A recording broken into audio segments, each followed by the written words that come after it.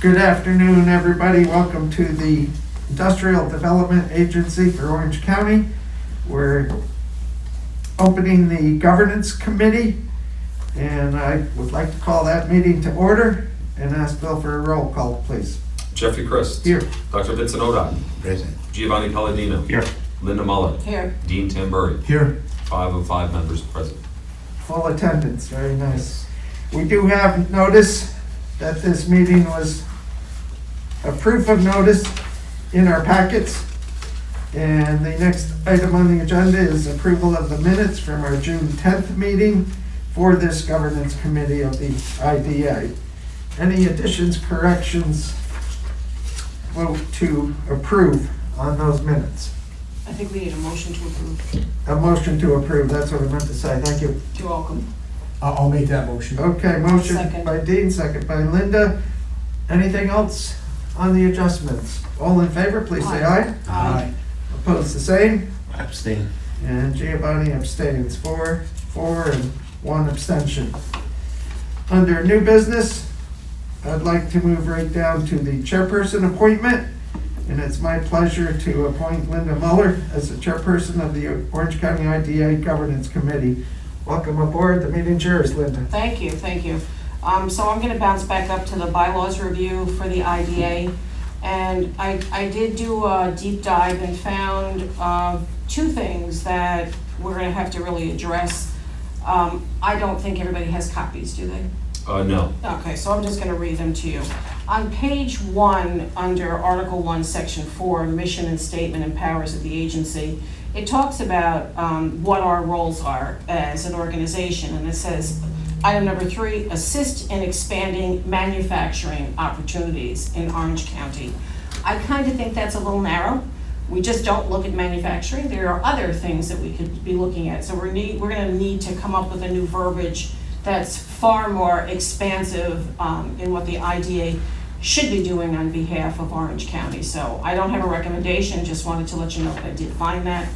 And then, Linda, if I could interject, Sure. just because you and I met about it earlier and Yeah. talked about an example would be commercial development. Even housing is considered applicable for IDAs because it's under commercial development. So that's just an example of a generic term we could replace that with. well, I mean, if the committee would be comfortable with that, we certainly could move that for an approval and ask for an approval at the board meeting. I don't know what's anybody's thoughts? I guess I would suggest doing all the revisions at once rather than piecemeal. Well, the other revision is easy. Okay. Though that's on page number 3, Okay. under Article 3 of the officers. It lists the officers of the agency as a chairperson, vice chairperson, secretary, and assistant secretary. We do not have that position filled.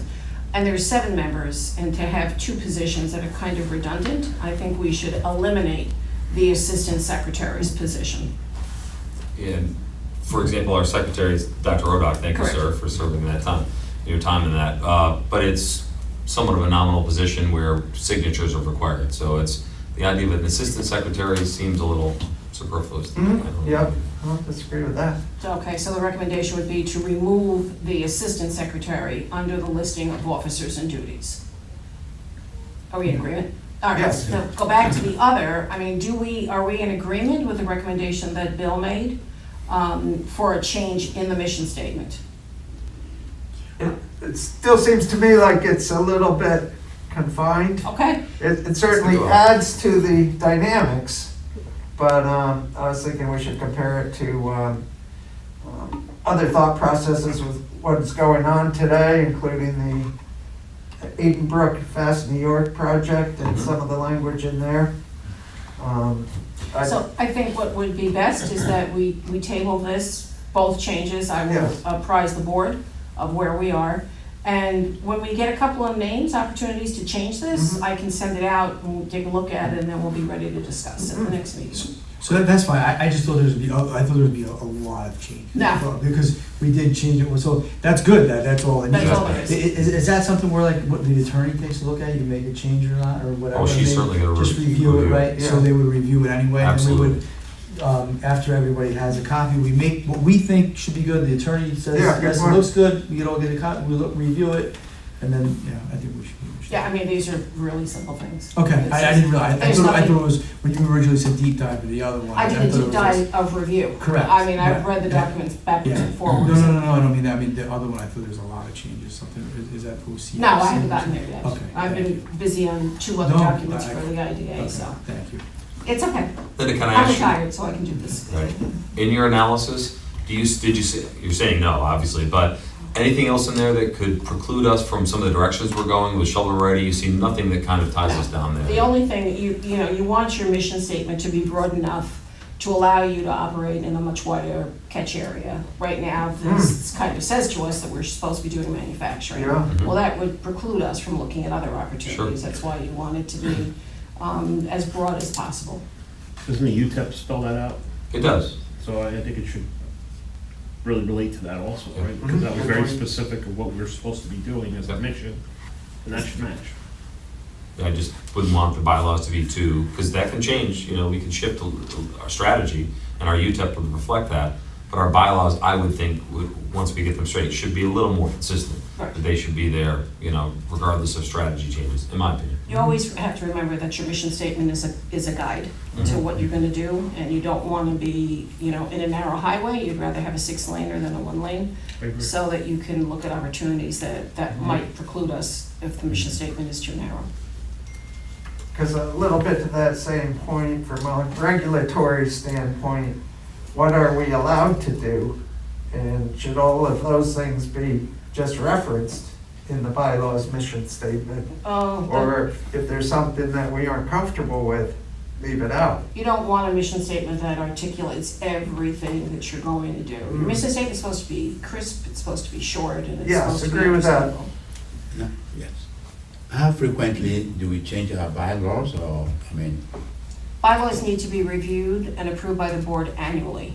I don't know. So every year there needs to be a review, a recommendation from the governance committee if there are changes or no changes. There may be years where there's absolutely no change, but the review still needs to be approved by the board every year. Really, all our policies. I think that's what we did in December. I believe Brian was Yeah. present for that one, yeah. Yep. Any questions on the bylaw review? I guess I would like to see a draft copy once we look at these couple other tweaks. Sure.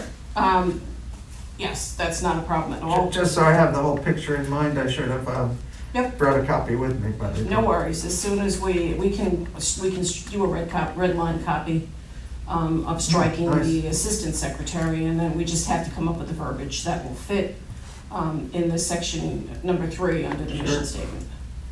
Is there any urgency if we are able to accomplish this next month Urgency is by December 31st, it needs to be approved. for the They annual? were Yeah. approved Yeah, like in that. 2023. No other- We're Okay. just gonna make it. All right. Okay. And Linda, I promise please, it'll be done No, before the staff, we're here to help with Yes. that, with however you need. Absolutely. Okay, moving on, the employee handbook review. Let me tell you, this is a heck of a document. This is gonna take me a little bit more time to go through. I apologize, I misunderstood it too, I thought, because I remember one of the documents, there was quite a bit, it was that one. That's this one. Okay, that was. In my review, I'll just preface that by saying, I had an organization that's had 740 staff members. It wasn't even half this size, and still was compliant with all federal, state, and local regulations. What I think here, this handbook truly is a policy. It's everything you ever wanted to know about everything that we say we're going to do with regard to our employees. So I think this is a great document to have as a backup, but I don't think it's the appropriate document to be used for the employees. I think that we can cull this down, make it far more understandable for everybody, because I'm not sure that any one of our few employees has read this and understands it. So my goal will be is to really look at this and tweak it somewhat more user-friendly Makes sense. for the staff. So I don't have anything for you yet, other than I did read it. And I'll read it again and then start to work on seeing if we can come up with something that's a little bit more usable. Any questions on the employee handbook? Okay, Bill, you're back again. Okay, terrific. UTEP update. As I reported in the OCFC Governance Committee meeting, the current status of our UTIP revision is that Susan Katzoff has a copy of basically a cut and paste document for me from other UTEPs of IDAs around the state, and that I've taken the portions of their UTIP policy that I like, and we put them into one document. Sue is actually reviewing all of that and is going to massage it into a rough draft of our UTEP revision, and that's what you'll have at our next Governance Committee meeting in advance of that, the first draft of our UTEP revision. That's where we stand. Any questions for Bill? Okay, is there any other topics that we need to discuss at this meeting? Hearing none, I will ask for a motion to adjourn. I'll make the motion. Second? Second. All in favor? Aye. Aye. Thank you.